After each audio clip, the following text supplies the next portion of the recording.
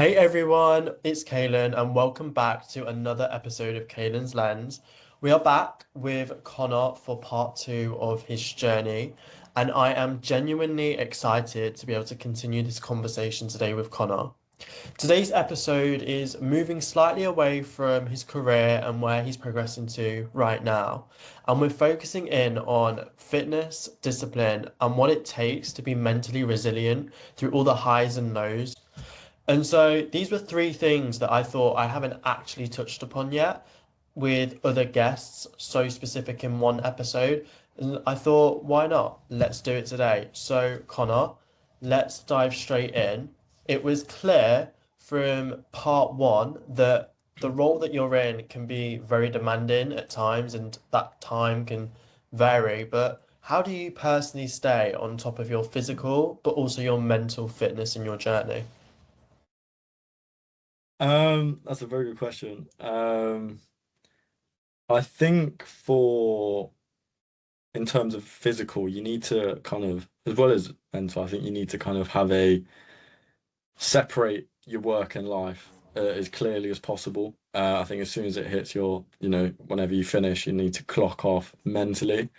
I think that, you know, as soon as you head home, you need to stop thinking about work, start thinking about your home and what kind of, your chores, what you want to spend the rest of your evening doing. It's one of those where if you do have quite a intense job where you can be under pressure at times, it can eat away at you in your home time life. Um, so it's just kind of creating boundaries in terms of where that is. In terms of actually kind of physically, you just need to get out there, go get to the gym. I know there's sometimes when I'll have a long day at work and I'll just be like, I can't really be bothered. But that's where you need to use your mental side of it and just push yourself, go do it because you know in the long run it's better for you, it's good for your health, and it does also help your mental. So it's just obviously creating boundaries. So do you believe in a work-life balance? By any Absolutely. chance? Absolutely. I think it's one of the number one priorities when you get into a full-time role because it obviously takes, 8 hours a day, every day. You get your weekends off. So you need to have time where you aren't thinking about it because it can eat you up. And what are those sort of like moments when it does begin to eat you up? Because I know that it's hard for a lot of people to just switch off. And so, how could you suggest to other people preventing those times from when it actually eats people up? I think it is very difficult. There's been times when I've been laying in bed thinking about what I've got to do the next evening. Um, what meetings, what kind of things I've got to prepare for the next day. But the thing that kind of works best for me is just keeping busy. Keep yourself busy. Don't really give yourself the time to think about what you have to do tomorrow. Obviously, you may want to give it a thought, to prepare for the next day, but nothing major. Don't make yourself work. Don't make yourself kind of prepare something outside of hours. It's for me, it's just keeping busy. I come home after work, go straight to the gym, then I cook food, then I'm either seeing my girlfriend or chilling watching a Netflix show, and just something like that to keep yourself busy. I think that's the best thing. Do you think if you hadn't have taken the steps that you've taken, that potentially you may be further along in your career by not having a work-life balance, or do you think it's vital to be able to have progressed and flourished the way that you have so far? I think I probably could have pushed myself into some sort of higher role in this time. But difference between going to uni and going straight into, out of college into a corporate role is longevity. You've got to kind of think about not burning out. It's easy to kind of have that high aspiration for yourself and push yourself as hard as you can, as far as you can early on. But in this world, what's retirement age now? 68, I'd say, I think. So yeah. 68. So I've got another 48 years ahead of me, which is a long, long time. And I think if you push yourself for that amount of time, it will just eat you up inside, as I said. So you've got to. It's so key. And when you sort of experience those low motivation moments or burnouts, what is the Mm. thing that keeps you on that drive and on that push, apart from just saying to yourself, I need to go, I need to get there? Like, what do you actually, if you broke it down, what do you actually do to get yourself into the gym on those moments? See, now you're asking me, I don't know what I actually do. I think there'll be times when I'll say to, for instance, my girlfriend and my mom, and I'll say, "Oh, she can't bother going today." But they both know that my life and how I act is so revolved around if I go to the gym or not.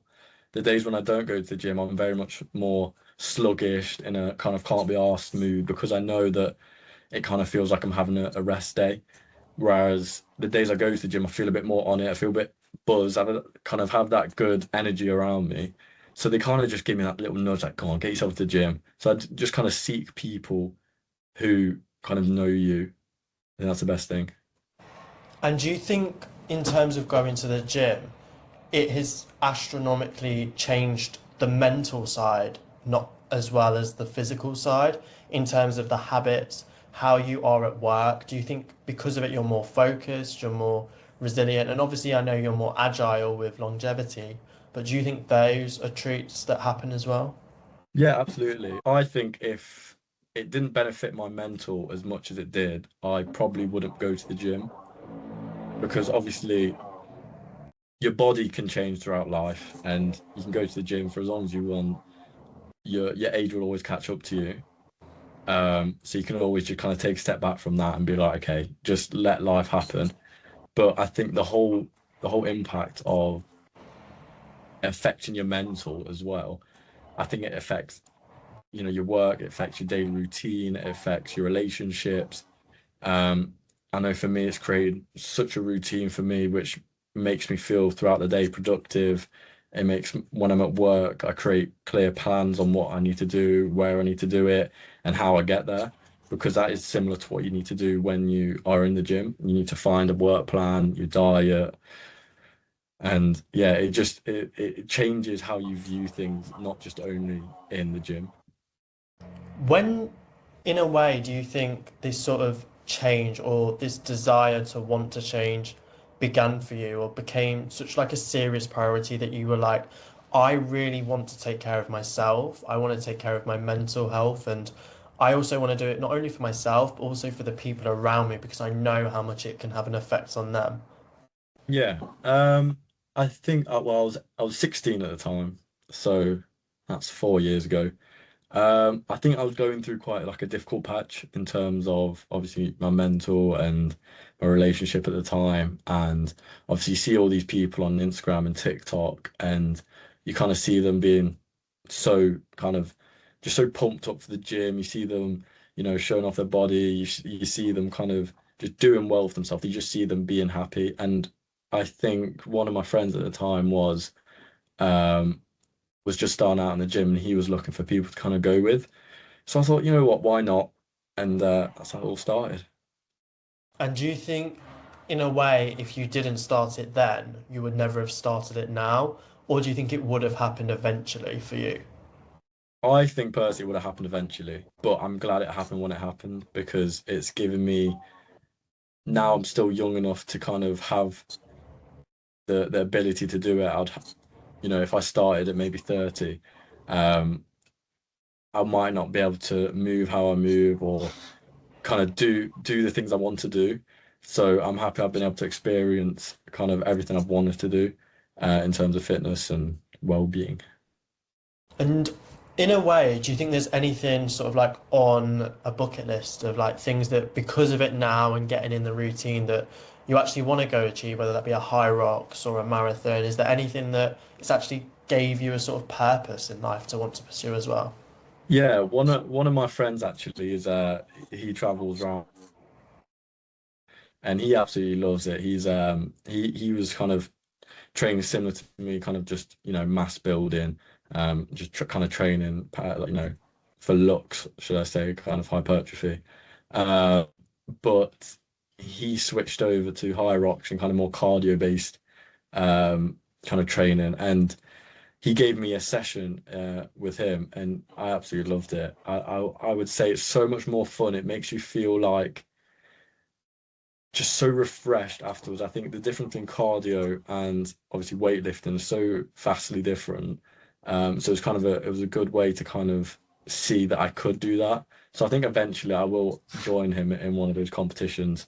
Um, just give it a shot. Why not? I mean, why not? I feel like with the sort of journey that it's kind of been and Mm. the types of things that you've learned about yourself along the way, what sort of changes specifically with your mindset have you noticed since being consistent, since having the routine, and since understanding the value of it? Mm. I think the only major one that I can kind of pick out at the top of my brain is just patience. It makes this kind of presence about you that you kind of you build up the confidence, and it just makes you patient. It allows you to kind of think that you will, you're working towards it. Not everything comes like that. It won't just happen in a blink of an eye. So there are things in life which you can't just make happen. It does just take time, and I think that obviously takes its toll into my work and also my relationship. There's things that you just have to take your time with and be patient with. Do you think, as well, with the whole patience and being Mm. patient, that before you started, were you not patient, or is it the case that it's helped you develop it into a different sort of lens, so to speak? Yeah, it's definitely into a different lens. I think when I was younger, I was very much so. I wanted all the success now. I wanted all I wanted to have this body now. I wanted to have this car now. I wanted to have this life just exactly how I wanted it next year. And at that time, it's just not feasible. It's no matter who you are, it's just not going to happen. Um, and I think that was such a big part because it just makes you feel like what you're doing is actually working towards something, even though you can't see it. If you go to the gym one day, you look at your body the next day, you don't see a difference. But if you look from that day, from 6 months from now, you'll see a huge difference. So I think it's just allowing yourself some time to think and actually believe in yourself that you are doing the right thing, even though you can't see it straight away. And do you think you've done the right thing by taking these steps to kind of potentially as well, like separate from what everyone else is doing? Do you think you have done the right thing? That's a very deep question. For me, or in in hindsight, what do you think? What kind of way are you asking? For you personally, do you think it has, or Yeah, most definitely. Most definitely. I think I said this in the first part. I said you just got to trust your gut. You've got to do what you think's right. I think that you can always follow and kind of almost persuade yourself to follow in someone else's footsteps because that's what they're doing. But I think deep down you've got to think what is right for you. what would you then say if it's all about trusting your gut to someone that may feel intimidated into walking into the gym for the first time? What would you say to them as a sort of encouragement or words of wisdom, so to speak? I would I would do exactly what I did. I would seek someone who has been to the gym before, kind of just pick up little details, kind of lingo around the gym, kind of just bits here and there, just so you don't feel kind of intimidated by everyone thinking they're looking at you and not knowing what you're doing, which would most likely happen. Don't get me wrong. But I think for me, it just made it so much easier going into the gym, a place which beforehand it just wasn't for me. So I think being able to kind of be under someone's wing and show me what was what and how that worked, that muscle, and you know, just different techniques, just kind of built up my knowledge slowly but surely. And I think that's the best thing. Do you think as well? with that, having that helping hand, do Mm. you think there comes a time where it might be the case not to sort of go with someone and just doing it alone? If you're in sort of like this phase where for some people they may not have that person or they may not want Mm. that person, do you think that that would be a right decision, or is it more who the human is, so to speak? I would say it is who the human is. I think if you're naturally a more confident, more kind of outgoing person, you will be fine in the gym because everyone's doing their own thing. No one's really looking at you, but it may feel like they are. That's why, kind of, if you're an outgoing, confident person, you can kind of think, oh, they're just looking, they're not thinking anything about me. But someone who might be in their head and struggle with kind of anxiety and kind of things like that, which can make people, you can twist things in your head, which may kind of fear how you go into the gym and what you do, what kind of machines you do. Do I look silly doing this? So but then again, I do think there's times when even if you don't, even if you are not that person who's a confident, outgoing type, I think just stick on your headphones. Don't even look at anyone and just try and get on with it if you can. If you're that desperate into the gym and you don't have anyone to have kind of a little buddy beside you, just try and keep your eyes to yourself. Don't go looking for someone to be looking at you because at the end of the day, you need to be looking at them to know that they're looking at you. Um, it's just different. It's different for each person, I guess. I think you said it perfectly though. Like you need to be looking at them for them to be looking at you. It's a case Exactly. of you don't know if someone's looking at you without you actually taking the steps to just analyze everyone around you. Yeah. And so it's really just focusing in on you, your own sort of plan, your Mhm. steps, every machine or weights that you actually want to use. So, for anyone that might be starting out, do you have any recommendations on how to begin?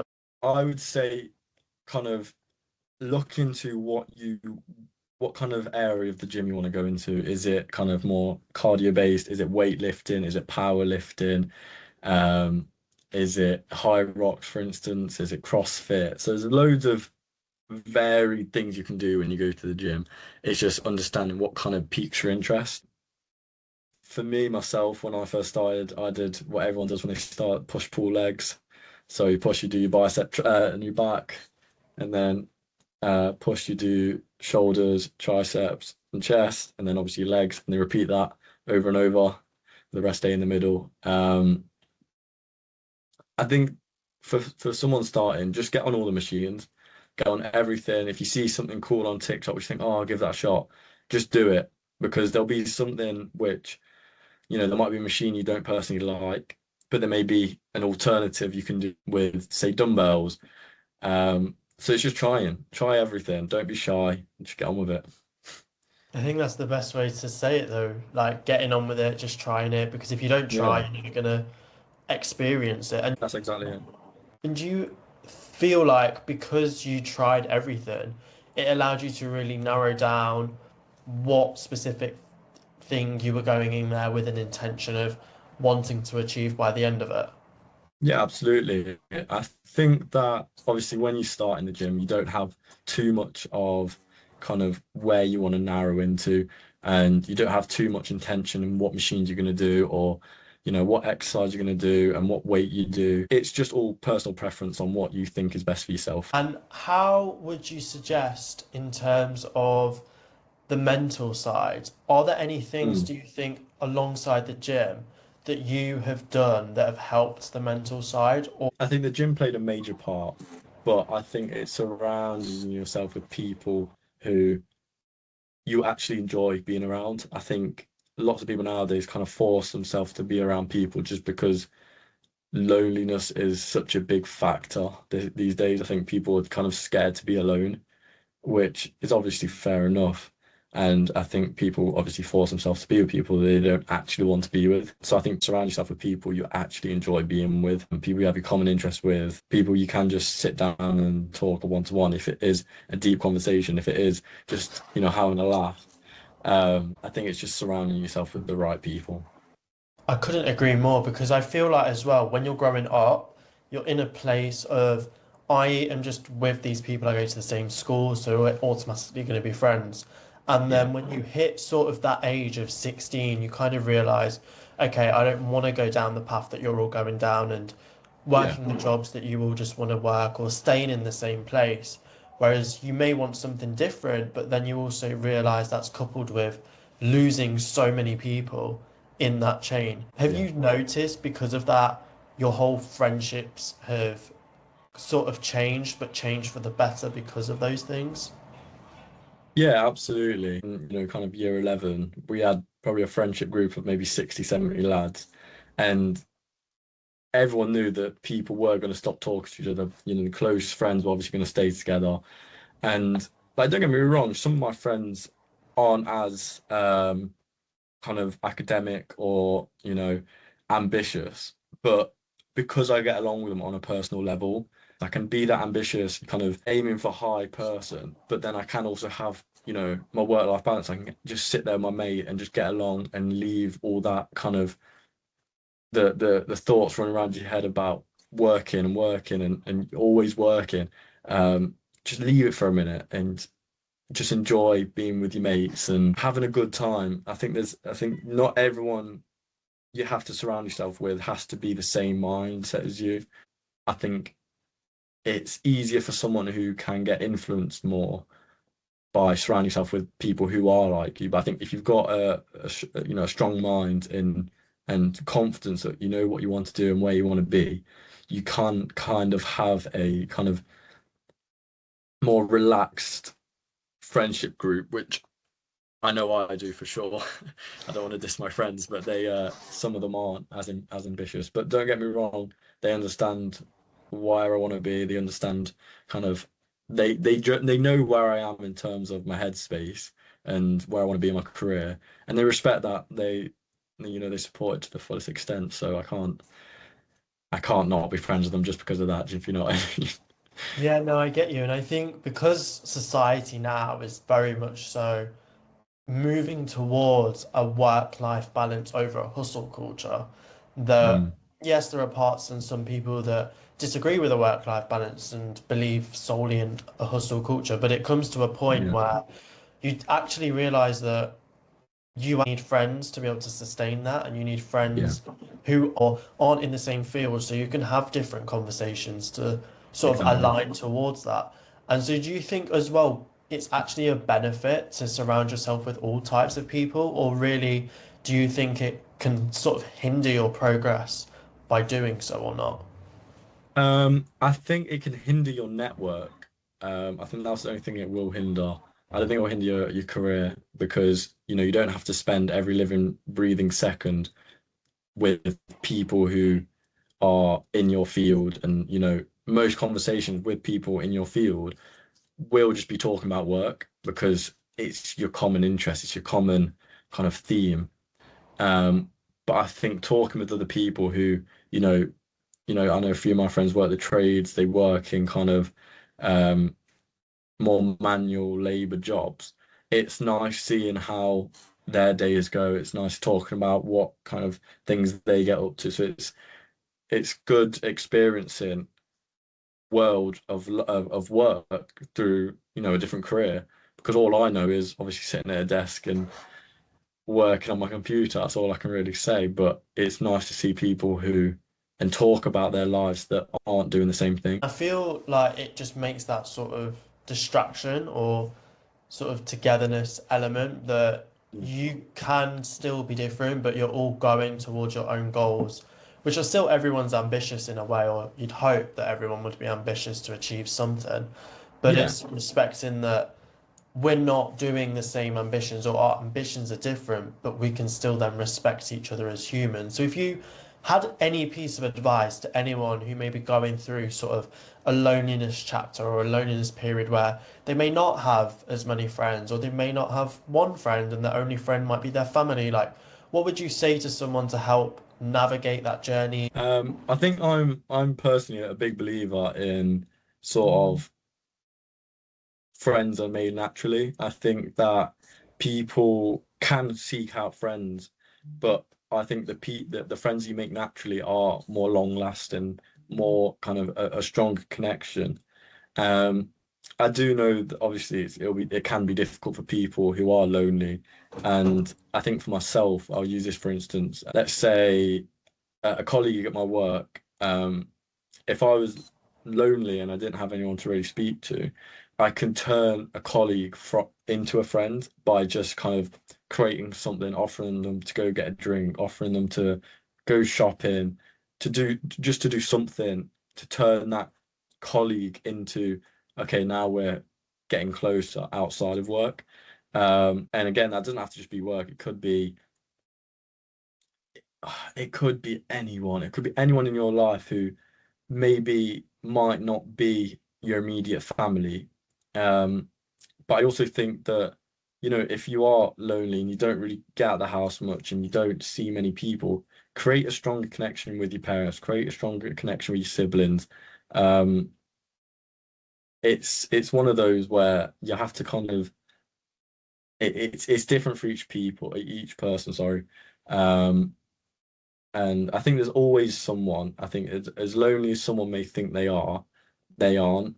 I think it's obviously choosing how can you turn someone who isn't your friend into someone who is, and that's obviously the hardest and biggest step, um, and it's just about taking the leap. Think that's just so right in terms of the journey. It's sort of respecting that, yes, I may not have five people in my life, but I might just have that one person, and it's sort of finding who that one person is, whether it be your mom, your dad, your sibling, a teacher, for example, or just anyone in your life, and respecting them and taking then the initial steps afterwards to maintain that friendship and develop it further. Do you think for yourself, because it happened so naturally, it was always meant to happen? Or I know some people would believe in God and then it's in God's plan or whatever Yeah. it means. I don't believe in God. I'll start off with that. But I do believe your life is written out for you already. I think that what is meant to happen will happen. Um, but I do think that friends that are made naturally are better.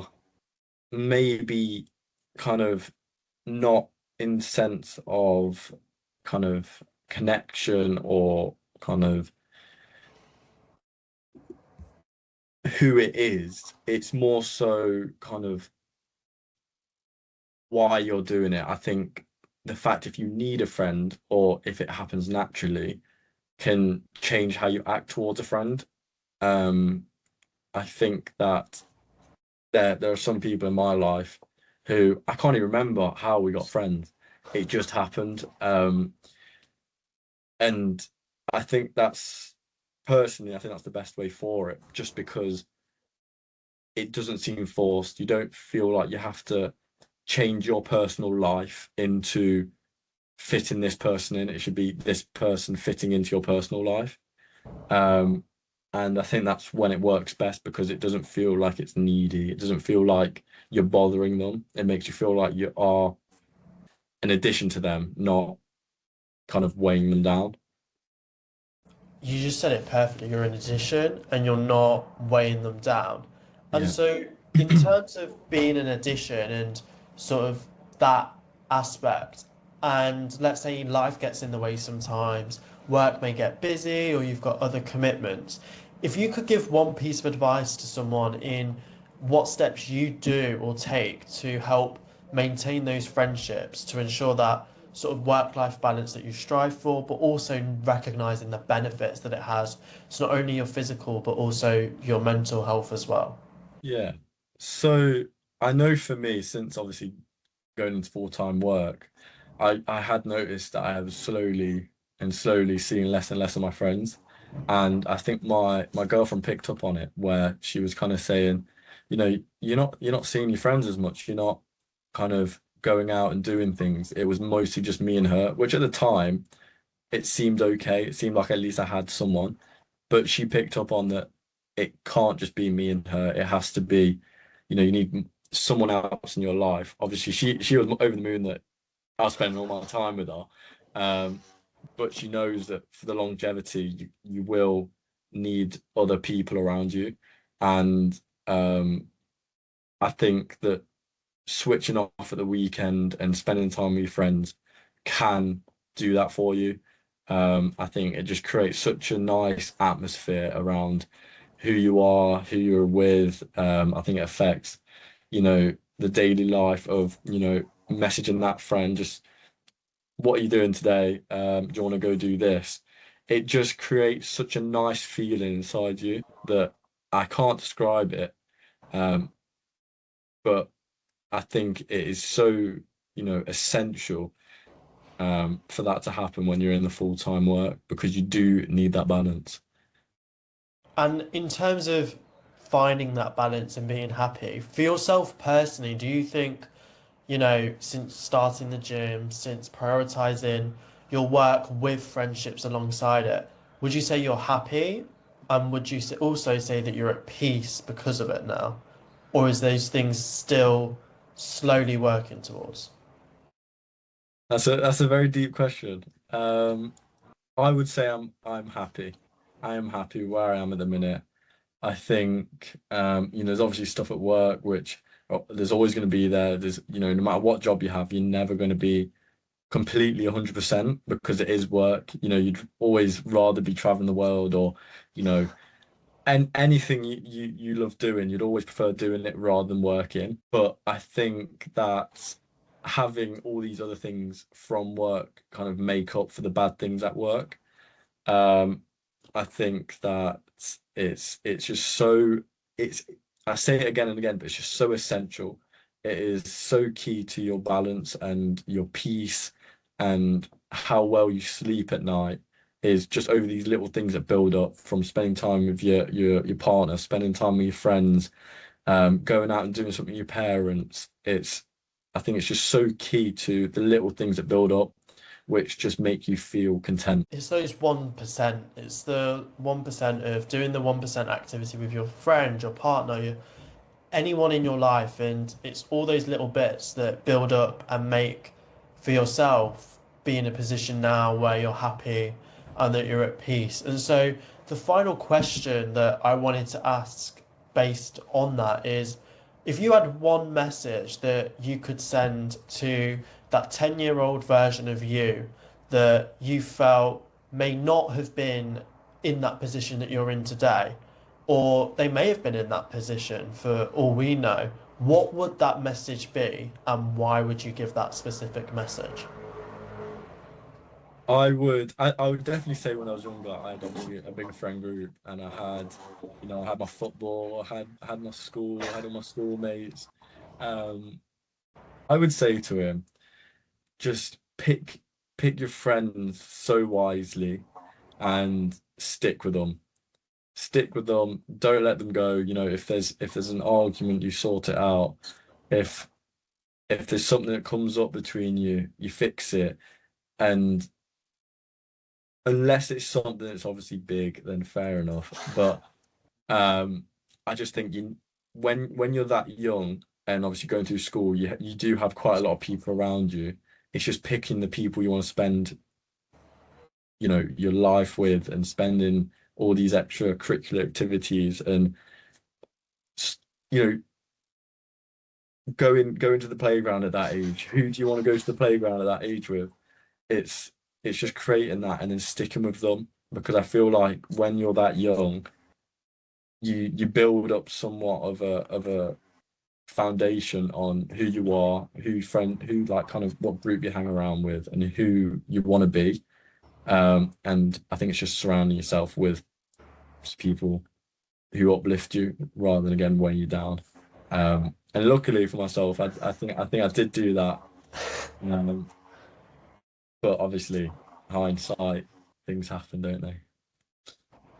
I think that's the perfect way to end it because just Yeah. picking yourself up, finding the people that you align with, people that, choose them wisely, choosing those friendships wisely because not only do the friends impact the work, but they impact every other part of the life, whether that be going to the gym or getting motivated to go to the gym, whether that be creating relationships, and all the different parts and elements and journeys that come a part of life, and all about that whole longevity and making sure to sustain that passion and that desire for everything that you want to achieve in life. And so, Connor, I appreciate you for coming on to Kalen's Lens for 2 episodes and sharing with us your journey. Genuinely, throughout everything that you said, there were so many powerful insights that I hope that the listeners can take away, apply to their lives, and truly transform their journeys. If you've been listening today and you felt like something had resonated with you, I really want you guys to just take that into next week, remembering to just invest within yourself, starting with yourself, and really just being mindful of who is in your life. And so, this is Caden's Lens, and I will catch you all in the next one.